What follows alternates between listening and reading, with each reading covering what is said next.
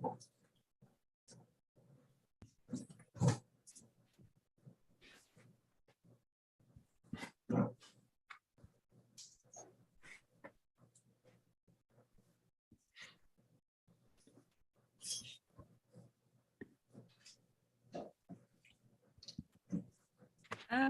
here we are, live on YouTube and live in Zoom. Welcome, everyone.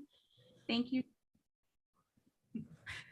Thanks for joining us for our second workshop in our Preservation Advocacy series.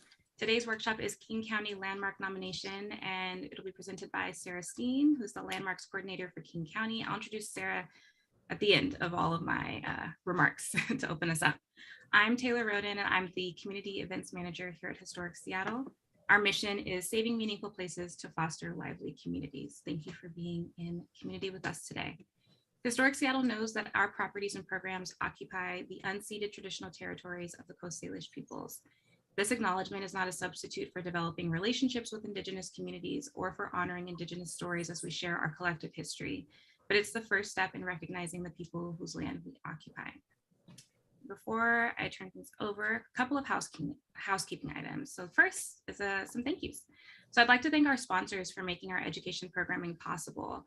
Bricklayers and Allied Craft Workers, Local 1 Washington and Alaska, Daniels Real Estate, the Greystone and Gridiron, Selland Community Foundation, and Urban Villages and Railspur.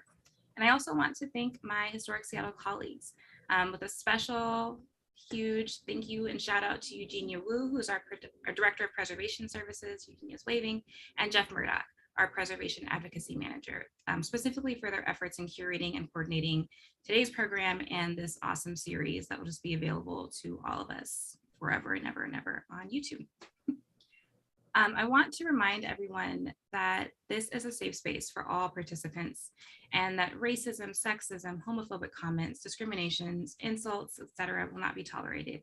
Please remember to be respectful of the space for listening, for learning, and for exploration.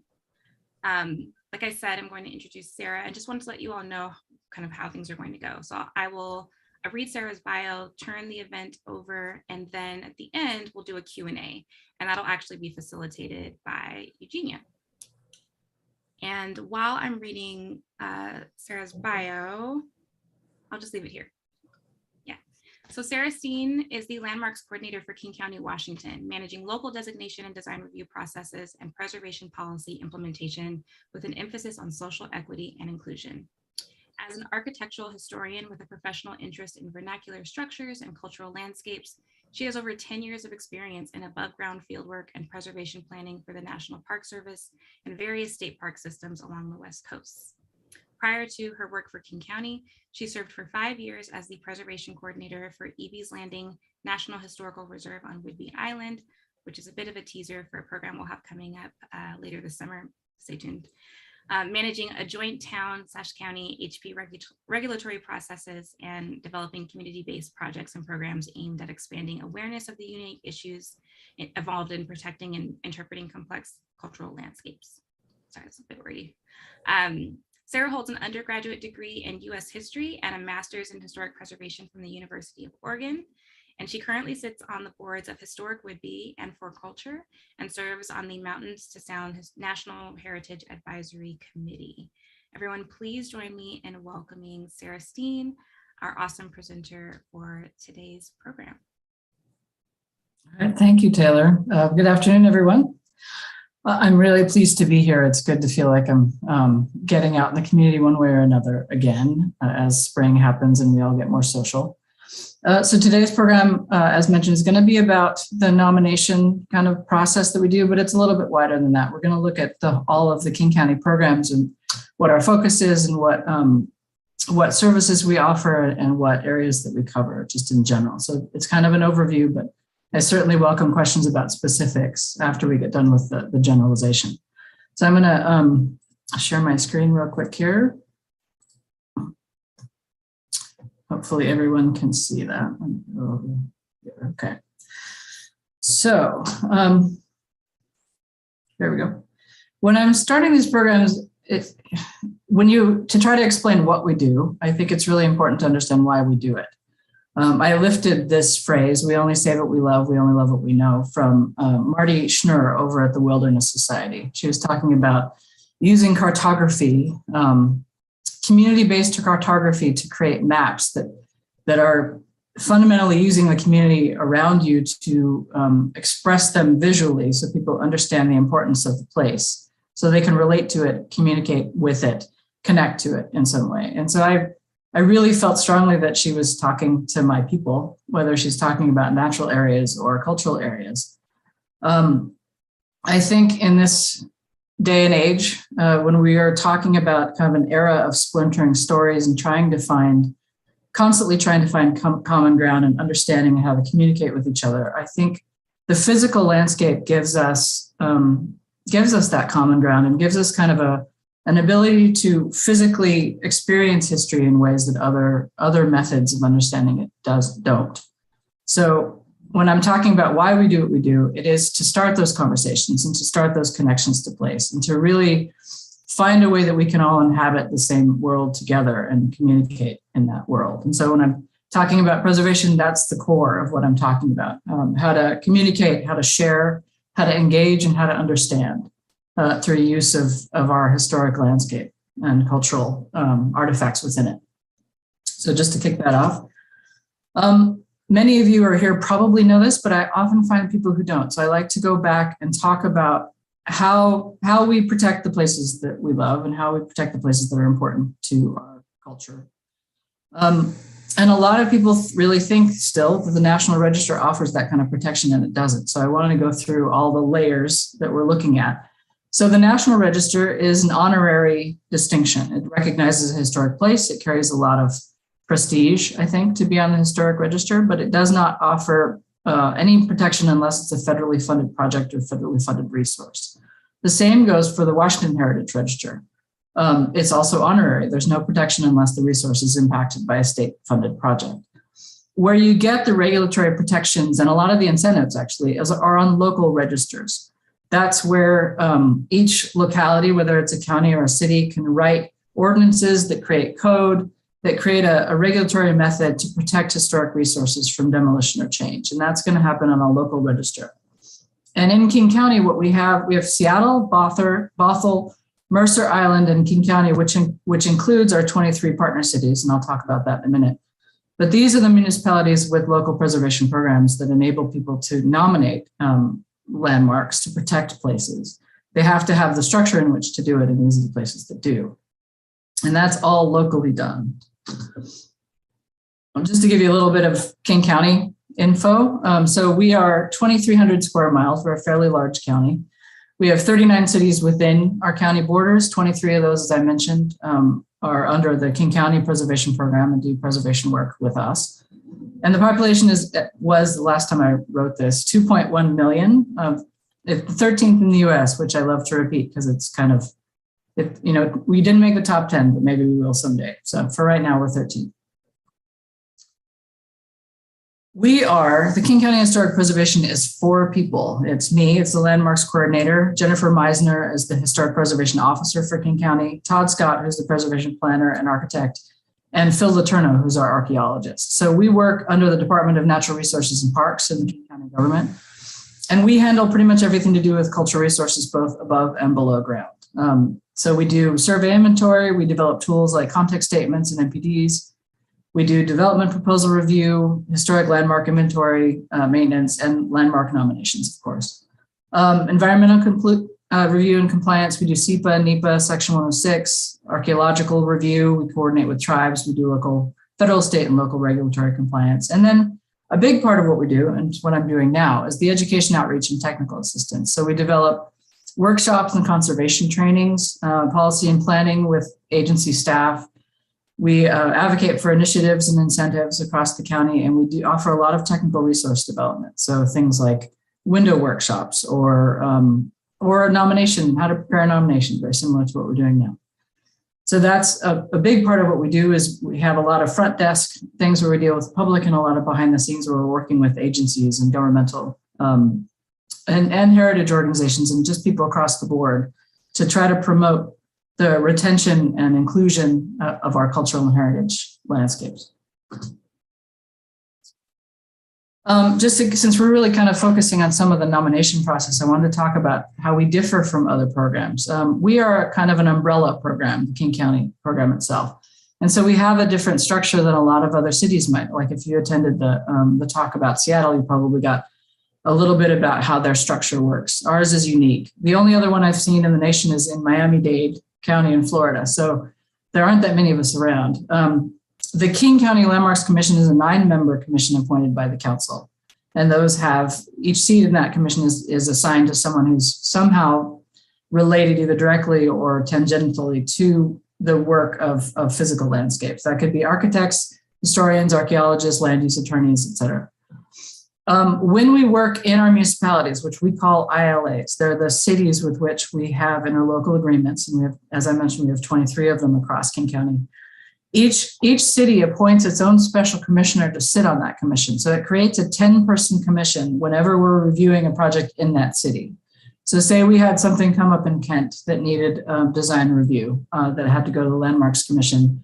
Kent would add its special commissioner to our base 9-person commission, and then it would become the Kent Landmarks Commission. So it's a structure that I think is pretty unique and pretty creative, and it allows a lot of municipalities around King County to take advantage of what we can offer, who may not themselves be able to create a preservation program that could do what we can do with them.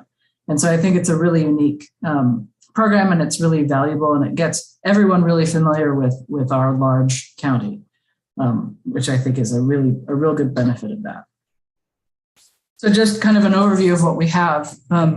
We have about 325 designated landmarks, and that includes 8 historic districts. About half of those landmarks are in our ILAs, in our city partners, and the other half are in unincorporated King County. About half of those 325 are in districts, and about half are independent landmarks. So it kind of breaks down into quarters. I wanted to show this page specifically because we do have a historic preservation viewer. It's an IMAP page that isn't actually connected to the main the King County IMAP, for those of you who are familiar with it. It's still separate. We're working on getting it over, but it does contain a lot of information, not only about our landmarks, but about our survey properties, the properties that we have in our HRI. So the difference between a landmark and an HRI is that our historic resource inventory just contains properties that were flagged as historic and potentially eligible. They were picked up in one survey or another, depending on where you were, when it was. This is probably over the last 40 years worth of information in our inventory. And as you can see, there are areas that are really well covered, like around Enumclaw or maybe Vashon, and then areas that haven't been looked at, like Federal Way, Covington. We have a lot of gaps and a lot of survey needs, even in areas that we've had a lot of surveys before. So what this is just kind of keeping track of what we pick up when we get out there and look. And we hope to add a lot more to this in the coming years, because there's certainly places that need to be looked at again. But only a fraction of that becomes actually landmarked and protected. This might get flagged in a development proposal for our planner to look at if something was coming out, but it doesn't have the protections that a designated landmark would have. It's just the first step in understanding what you have, and then you get to the point of landmarking after that, if it reaches those thresholds. But I wanted to share the viewer itself with you. So as we get this integrated with the larger county system and it becomes more widely available, you'll be able to look up information on your own when you're curious about what's out there. So we're pretty excited that we were able to develop this over the last couple of years. And just a review of types, we have all kinds basically in King County. We do public, private, rural, urban, anything from vernacular sheds to high style buildings.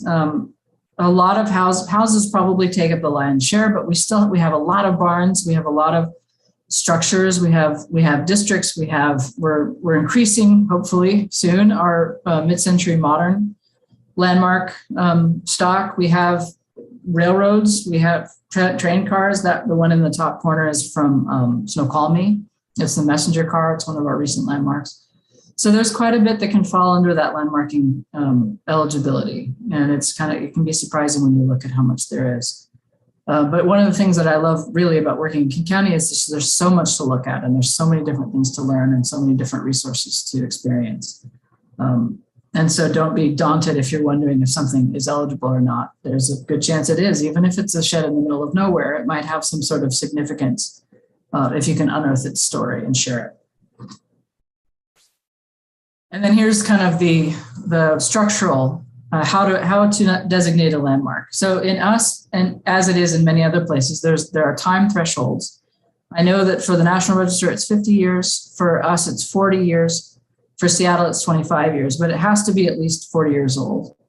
It needs to retain some aspects of integrity, such as location setting, feel, materials design, things like that. There are 7 aspects of integrity, which I'm not going to go into detail here, but it needs to reflect some ability to read as a historic resource. And then it needs to meet 1 or more of 5 designation criteria. And those are probably familiar to you as well. If you've experienced Seattle or the National Register, ours are a little bit different than the Register, but you have associated with events that reflect broad patterns of history. So that's things that are significant for their cultural significance. That's probably the strongest one in that corner. It may not have a lot of architectural integrity, but it's the site where something happened or some event or it was connected to some larger trend in some way. It tells a story. It's part of that story. Associated with lives of significant people. That one's pretty straightforward. Embodies characteristics of type, period, style, or construction method.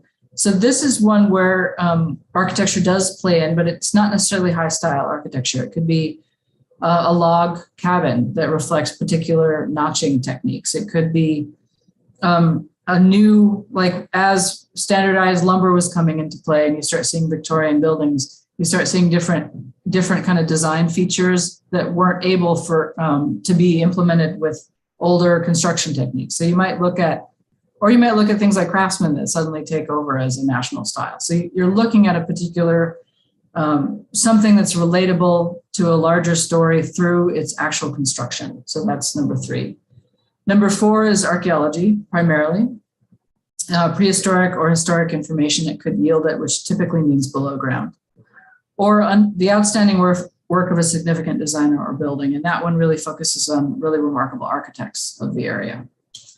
The process is fairly straightforward. It's a little bit more straightforward than Seattle. Anyone may nominate a historic property using a standard, what we call a nomination form, but it's really a research report at this point. In some of our ILAs, our cities have put in their ordinances a requirement for owner consent. So that is required in some areas, but in unincorporated King County and other cities, it's not. King County typically, our program is really incentive based, so I'll talk about a little bit later. So we really do want the property owners to be involved and to be supportive, and we work pretty hard to make that possible. We just find that for us, there's better outcomes if the owners are in support of the nomination and it's not a fight. There are occasions where a fight is necessary. And so there are times when that happens, but more often than not in King County, we're going to get community sponsored or owner sponsored nominations that they are really behind. And we find that that's a really valuable way to move forward. When the nominations come in, they're reviewed by Jennifer Beisner and myself for eligibility and completeness, and then we schedule a public hearing, like many. Unlike Seattle, we only have 1 public hearing typically. We don't do a preliminary determination. We just have 1 hearing to go over everything. And so we try to make sure it's all prepared before it gets to the commission.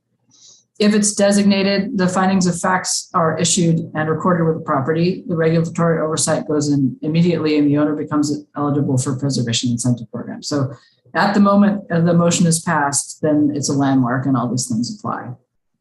And designations can be appealed, typically to the local hearing examiner. It does depend on where you are. Some cities have hearings go to the city council more often than not now it's the local hearings examiner. So we have a fairly straightforward process. Probably the heavy lift here is actually developing the nomination. And that's something I'm going to talk about a little bit because that's become a bit of a barrier for community members to take part in this process. And so that's something that we've been trying to figure out how to maintain a high level of quality in our nominations, which are necessary, but really open it to allow what it was initially designed to do, which is allow communities to nominate their own properties and to recognize their own resources. And so I'll talk about that a little bit more in a minute. As I mentioned, we are really an incentive-based program. We really try to get people excited about what we're doing and why we're doing it. We want to foster a connection to place and really engage people in taking care of that place and celebrating it. And so there's a lot that we really champion in terms of what is available to people when they do landmark. Probably the biggest one that I work with are the brick and mortar grants from floriculture. They're called the Landmark Capital Grants. And they come around every late summer or fall. And they are to do the work. Sometimes working with historic buildings can take more money, especially if you're trying to maintain a particular standard and you can't just throw out the old windows for vinyl windows or do something kind of cheap and easy. And so these grants are intended to offset some of those added costs. And we rely on them a lot, and they are taken advantage of by a lot of our landmark owners, sometimes repeatedly when they're doing big projects. Probably the most common are roofs and foundations, the two things that older buildings need the most. And so we're really, really lucky to have that program, and I'm excited whenever one of our landmarks applies for it. Another one that's commonly used is a special valuation property tax program. That's a state program that when you hit a certain threshold, 25% of the building value that you're investing back in the property, you can apply and get that amount reduced off the value of your house before you're taxed. And so it can add up. If you're doing a big investment project in your property, that can be a really meaningful resource to people, especially if they're looking at an older building that does need a lot of work. There's also things like special considerations under the building code, like energy efficiency requirements. If you're a landmark, then you have some relief from some of those building code requirements. And we endeavor to find other ways to hit the same standards, but you're not being required to by the code. Current use taxation, historic plaques, and of course, technical expertise, which can be really valuable. Todd is an architect and I am a conservator. And so we can come out to your place and help you understand how you should be doing something, or offer ideas for creative solutions, or put together different kind of proposals for projects. There's a lot of expertise in my small 4-person program that we can offer you. And that becomes really, we offer it to pretty much everyone who asks, but our landmark owners are going to get a lot from us, a lot of attention from us. And it can be a really big resource when someone's trying to figure out how to maintain a historic house or a barn. And so I do want to tout that. It seems like a small thing to offer, but it really isn't. And on the regulatory side, one of the things that we really stress is that our goal is to retain historic character while supporting compatible change. We're looking at how to keep these buildings alive and engaged in the community. We want the historic fabric that we're surrounded by to be a variety of times and eras and relationships, and we want to reflect that in a living community, basically. And we realize that a lot of things need to be changes that have to be made to keep buildings alive. But we also believe that a lot of times people don't go necessarily for the creative solutions, they go for the easy ones. And so this step to implement a regulation is basically to slow that process down, to make us consider what we're doing and why and what impact it might have. So that's the function of a design review, is to say, what are you doing and how is this going to impact the future of this resource? Because the idea is that a commission or anyone who's assessing things like this are kind of balancing that the need for private use within a society and the societal value of having a historic resource remain intact and available for future generations. And so we're constantly trying to balance those two values. And we do a pretty good job. Like I would say we have a very skilled commission, and they're thoughtful and they're all engaged in the workplace. They're still active professionals, and they talk about how we can approach things that can both satisfy what the owner needs and protect the resource as its social value. To do that, we use a lot of what other programs use. We use the Secretary of Interior Standards for Rehabilitation, which of the treatment methods is the most flexible and the most aware of the need for change as buildings grow older, as technology changes, as people need to make just make their lives more comfortable or more feasible. We need to figure out how to do that while retaining the integrity of the resource. And so that's what the rehabilitation standards are about. King County also has evaluation criteria in our rules and procedures that are outside of the standards. And those look at things like how reasonable is the owner's request based on all the alternatives. And so that is something that directly forces us to really weigh what the owner has to achieve against what we're trying to do socially. And I like that that's in there because then that always has that kind of weight in there. Like, is there a better way we can do what the owner needs to have done than this is a common question.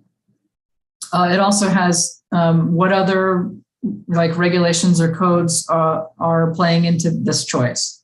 Why did they choose to do this here? Is some sort of code forcing that to happen? What other considerations do we need to take into consideration as we're looking at this project?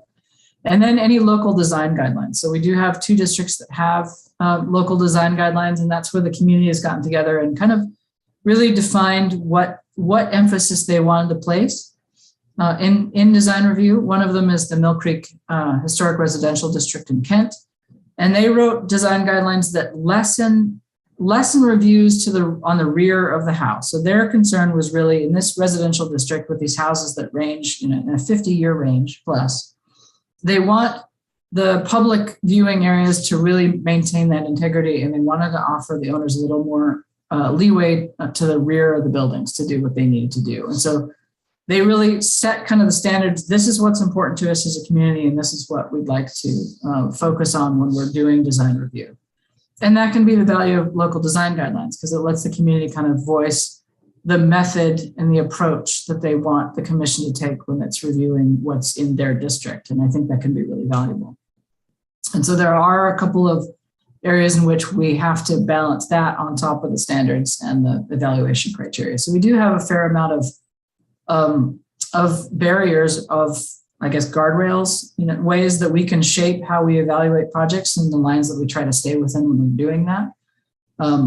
To really just try to get to a good solution that works for everyone. And I'm happy to say that we're decent at that most of the time. But a regional preservation program is more than nominations and regulations and incentives. It's really about how to connect to the communities that we're here to serve, how to engage with them, how to listen to them, how to find collaborative projects that we can really kind of pool our skills and knowledge and work together to make the places that are important really highlighted and recognized. And I found this list. Todd used to do this program, and I found this list in one of his PowerPoints, and I thought this is a really good summation of what a healthy program looks like.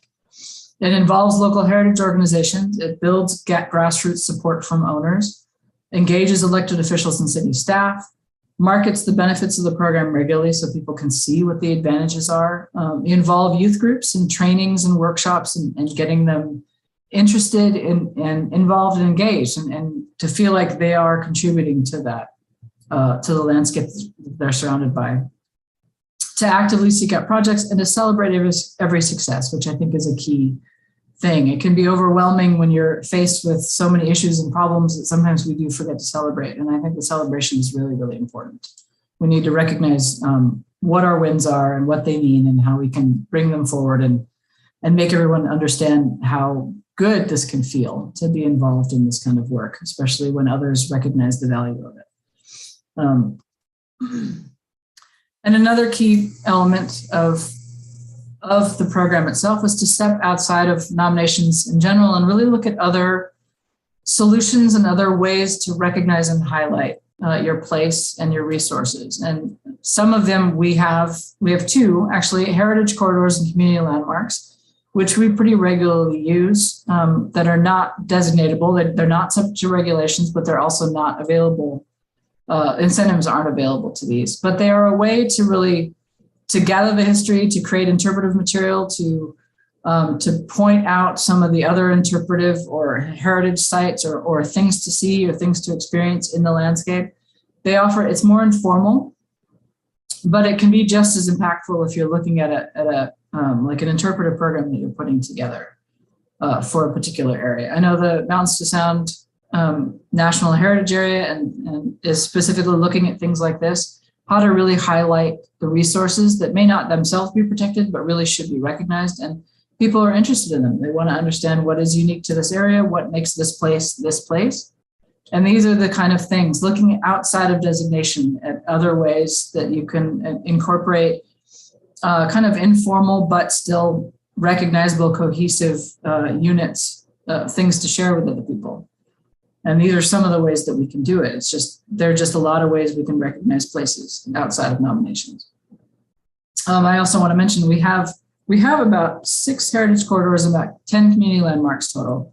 And among those community landmarks is one recently designated for Kent, and those are the lunar roving vehicles on the moon, because they were built in the Boeing facility in Kent. And so they decided they wanted really everyone to recognize that they had an impact. They had an influence in how the lunar landings went. And so they community designated the rovers there. It was quite a celebration. It's probably one of the most fun commission meetings I've ever been to. But that just kind of showcases the flexibility of this, to recognize your connections across the world in one way or another, and to reflect that in how you celebrate the parts that you've been involved in. I also wanted to highlight some of our more recent projects. We've been working on a lot of things over the last couple of years. I think everybody has felt the dual impact of the kind of extreme introspection of COVID, plus the social reckoning that we've been going through.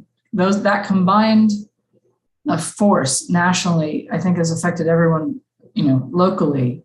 And so I'm finding that a lot of our projects are really kind of reflect both of those inward turning and outward expansion, that kind of both of the topical kind of forces that we've been dealing with over the last couple of years have really pushed. So one of the projects that we've been working on a lot is correcting the record, and that's taking older nominations, a lot of them written in the 80s or 90s that might only have a couple of paragraphs that only hit the highlight reel of whatever is happening at that resource level. And it's capturing and replacing the significant people, communities, and stories that were left out of the narrative. And we've identified about 13 or 14 that really need a lot of work immediately, and we've completed 4. And so this is something that we're trying to figure out the best way to do this. And it may not be just rewriting each nomination. We're looking at tools like context statements and multiple property documents to kind of capture the larger story, to enable these amendments to be easier to put in with the nominations that don't necessarily involve the time and effort to rewrite the whole thing. So we do need to correct the record, but we need to find ways to do that that can work within the resources that we have available. So we're really looking at how to do that efficiently. And that also belongs to when I mentioned earlier about nominations becoming a little bit elite, a little bit out of the skill set of community members that may want to nominate their resources. That's another element here that kind of plays in, because a lot of these older, the ones that were written in the 1980s and 1990s were written by community members that didn't have a lot of training in research, or maybe a lot of awareness of the different cultures and the people that were around them. And so they weren't asking the right questions.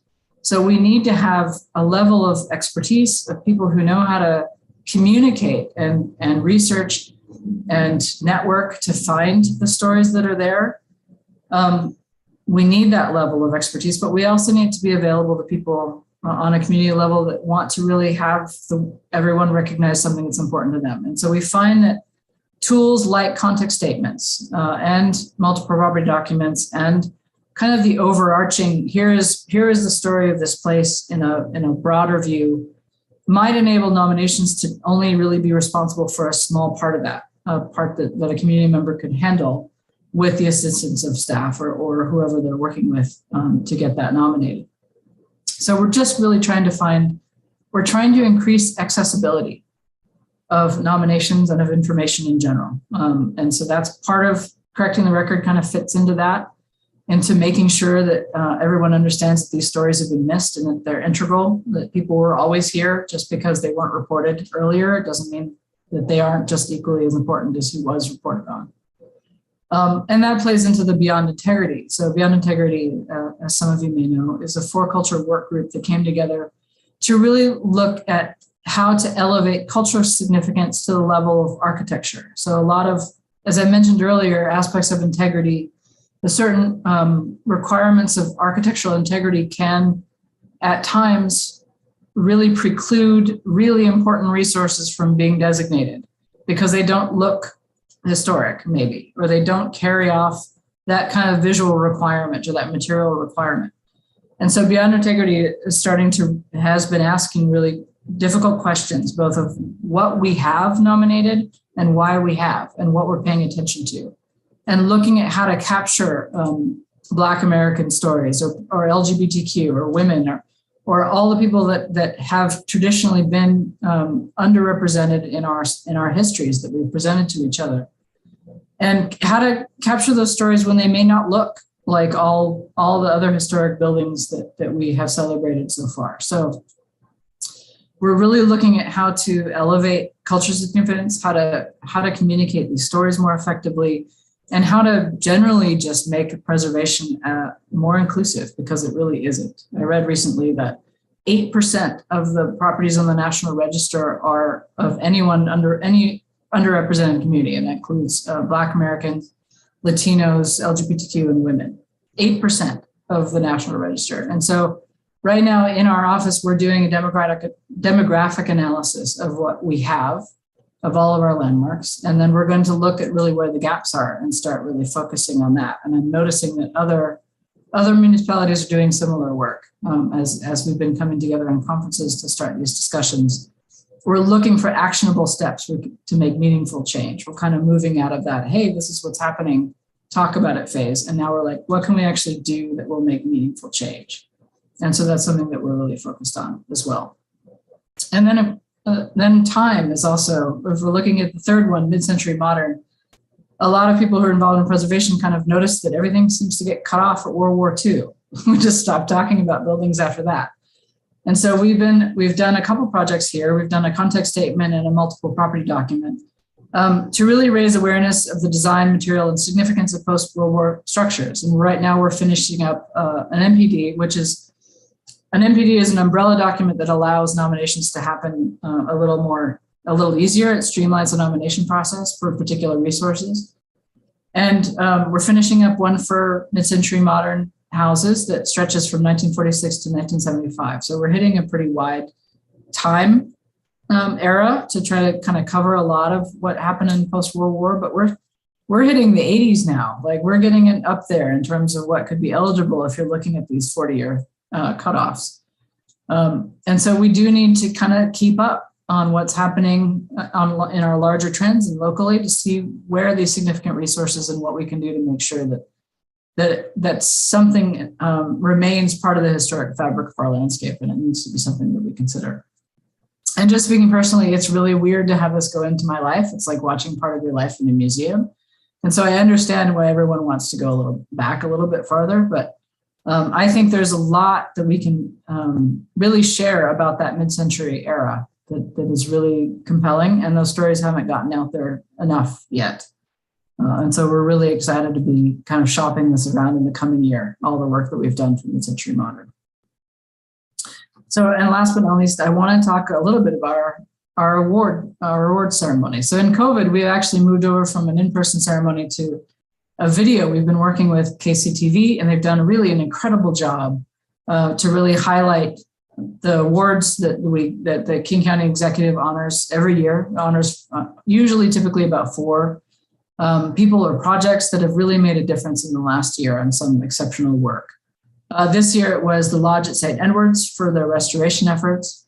Laura Lee Hutton, who's been an archaeologist in this area for 40 years, she served on the Landmarks Commission. She's run public field schools related to archaeology, and she's mentored a lot of the archaeologists currently in the field. She's just been a pretty remarkable force here. The Vashon Theater for legacy business. The Vashon Theater itself isn't actually a landmark, but the business has been there, a family run for long enough to qualify as a legacy business. And we find that those businesses can be often a real anchor in a particular place, like Issaquah or Kent or Vashon. These are the businesses that you keep going back to whenever you head home or go to that area. You want to stop by Fisher's Meats, or you want to stop by the Vashon Theater if you're out with friends on Vashon Island. These are the kind of the anchors that create a place, the legacy businesses. So we want to really honor them. And then adaptive reuse, Volition Brewing in North Bend. They did a really excellent job taking an old general merchandise and department store and turning it into a tap room downtown. That's really kind of bringing a lot of life back into downtown North Bend as part of a series of projects that's happening down there. So every year we do these award ceremonies, and every year we're really excited to be able to celebrate some really wonderful work that's been done the year before. And this is part of the whole Celebrate Your Successes effort that I really wanted to show off about what we do. And all year long, we take recommendations. So if anyone has recommendations for projects or people they think that should be considered for an award, just let one of us know. We're always happy to listen to this. And we want to hear the good stories of what people are doing out there. I have no idea where I am for time, but I just wanted to thank you all for letting me talk about the King County program and all the work that we're doing and the work that we hope to be doing. And I'm excited to answer any questions you may have. So thank you very much.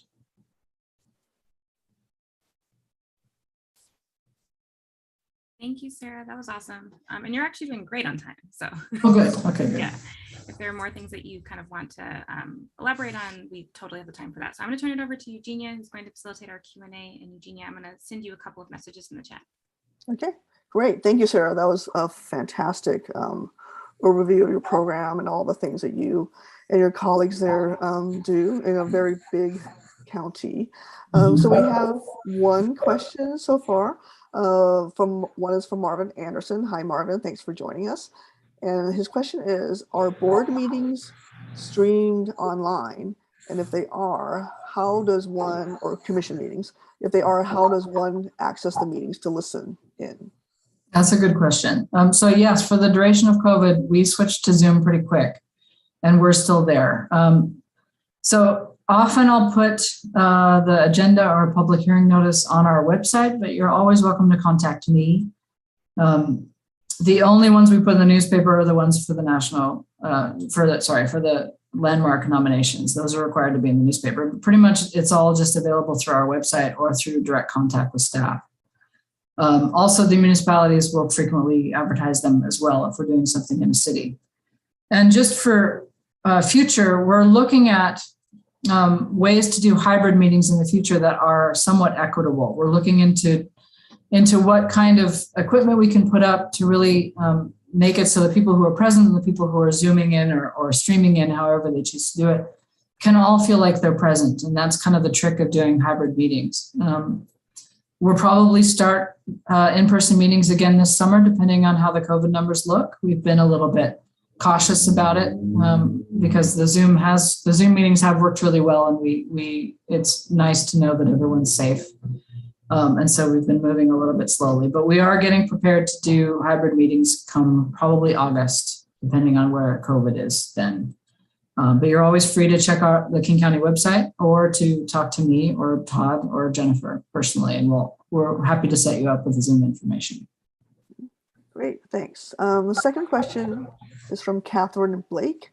And it says, can you say again what the acronym MPD stands for?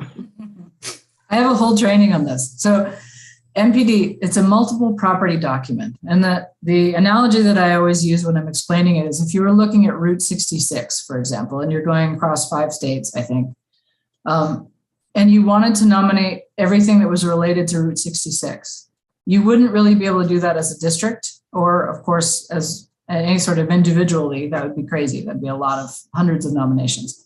So you can create what's called an MPD. It's a thematic nomination that covers resources related to a particular theme. So if you're doing Route 66, you would want to give all the historic context to Route 66 and then find a way to create eligibility levels for everything to be nominated under that kind of umbrella. And so you can think of it as a discontinuous historic district or just kind of an umbrella document that allows things of a certain theme to be nominated together as a group. Hopefully that explains that. Yeah. Great, thanks, Sarah. Another question from Kai Kelly. Sarah, what's your favorite King County landmark and why? I know that's like a big Sophie's choice, but can you answer? Oh, I was just asked this about Whidbey and I couldn't come up with anything. My favorite. I go through different phases of having different things be my favorite. Right now, it's probably the rail cars, just because they have the messenger car was I don't know what denomination, but it was like an Episcopalian or Methodist it was a church on wheels, more or less. And so they would hook it up to trains and take it around the country to just offer religious services for areas that didn't necessarily have their own. And I thought that was a really intriguing story. And I love those stories where people end up in strange places or find unique solutions to problems or have to reach different kind of out of the way areas to make life work. And so right now I'd say the messenger car is probably my favorite, but that's going to change in 10 minutes. So you can ask me again. Okay, thanks, Sarah. It talks to the variety of resources that are out there in the county. So the next one is in the chat is from Anna Murphy. And says, it was mentioned that there has been an effort to correct the record by revising older or incomplete nominations to capture the people and communities traditionally left out of the narrative. How are those changes in narrative being communicated to the public who are interested in learning about or visiting a historic site, aside from the nomination itself? That's an excellent question. And it kind of highlights a constant problem. I feel like we are always trying to yell to the rafters about the work that we're doing. And I always get questions from other people about how can we find out about this? Because it's hard to make those connections when there's so much noise in the landscape. So the three that we've worked on right to date are the Fall City Hop Shed, the Redmond Hotel in Redmond, and the Newcastle Cemetery. So we've two of those have passed already. One is pending. We have a few others in the works, like Neely Mansion. It's probably going to be rewritten this year, and a few others on the list that we're really looking at. The Reynolds Indian Agency is one of them. So we have them in the works, and we talk about them a lot. Like I've given probably 3 regional trainings on this process. Whenever I'm out or talking to anybody, I mention it just so people can know that it's happening. Probably the best way to find out about it is just to ask local organizations or call us directly. We're here to talk about what we're doing and what others are doing that we want to highlight and celebrate. And so anytime you just need to have a resource question or curious about what's going on, just reach out to your heritage organizations or to us, and we'll share the information as widely as we can. Great, thanks, Sarah. So I have a couple questions. They're very different. One is you mentioned under incentives, current use taxation. Can you talk a little bit more about that? Well, I can talk what I know. That is more related to rural areas, like resources that have land around them frequently. So it'd be used for farmsteads or in conjunction with current use. So one of the main issues that was happening in the 60s, 70s, 80s was a massive loss of farmland in King County. And so they were trying to find ways to stem the tide because it was just market forces. People were damming the rivers so the valleys weren't flooding so they could move into the valleys with all this industrial kind of development and then suburban development. And so there was a lot of things that were developed to try to find ways to keep farmers or keep land as agricultural land or as open space. And current use is one of those tactics. And so it's a way to avoid the highest and best use, which would almost always be residential suburban development or industrial development. And current use really focuses on the use itself. And so it taxes it for that use. You get extra points for being a landmark when you're being assessed, because it's a variable assessment. I don't know all the different thresholds, but I know that you can get qualifying points if you are a historic landmark engaging with this program. So it does impact it. It does make it more available to people to apply for current use taxation, which would reduce your property taxes, basically. Okay, thank you. My other question is, I'm sure you have your share of controversial issues and projects and stuff. I was curious if once a property has been designated as a King County landmark, have you had issue, like, are they monitored at all? Does someone end up, making changes that they don't get approval for? Or is there any requirement to maintain the landmark, be a good steward of it to a certain level? And if there isn't and a place is not maintained, then what, is there anything that the county can do? Right. I'll start with that one first. So we don't have a demolition by neglect ordinance. We just don't have the resources or the manpower to enforce that. We've looked into it a couple times. We don't have the capacity to have one. So what we really rely on is communication, outreach, and incentives. So I'm due to do this year, but every year, every 3 years, I'll go out, and this is my second time doing it because I've only been here for 3 years. But I'll go out and do a survey of our existing landmarks, and I'll reach out to the landmark owners just to engage, let them know who I am, just so that we can reintroduce. Sometimes things have been sold, or they've, other things have happened and they've forgotten about us. So I'll go out and just do a windshield assessment, and I target the ones that I see that are really struggling. I'll make a note of, then I'll start targeting the owners and try to reach out to them personally and see if there's a way we can help. So for us, we don't have the stick portion, really. We have the carrot that we're using for that. And so that's how we kind of track how things are and try to keep people really invested. Like maybe a garage is going downhill because they weren't aware that there's a foreculture grant that could help them, for example. And so we really try to make those contacts and help people find ways to maintain their own properties. I think I forgot your first question, so you might have to remind me of the first part of that. I think I asked him whether actually you answered. I asked whether you actually do monitor it or not. So that's actually a really good, a big step, is to have somewhat regular communication with the property owners, as opposed to it gets landmarked and then you don't communicate with them at all until something might happen. So that's good to know. Thank you. Something we have in the works is I just want to set out a postcard every year. I want to have an annual contact and just let them know we're here. There's stuff that they can look at. If I can coordinate it with some of the foreculture grant cycles, then maybe they could take advantage of that. We've been doing our strategic planning lately, and we're finding that as we just call people and start talking about what we're doing and how we're doing and what we should be doing, we're finding that these one-on-one conversations are really, really valuable. We're all enjoying it. We're all getting a lot from it. And while sending out survey stuff or just kind of informally talking or sending out postcards can be useful and en masse, it's really the one-on-one conversations that I think that bear the most fruit. Just have to figure out how to do that. Yeah, definitely.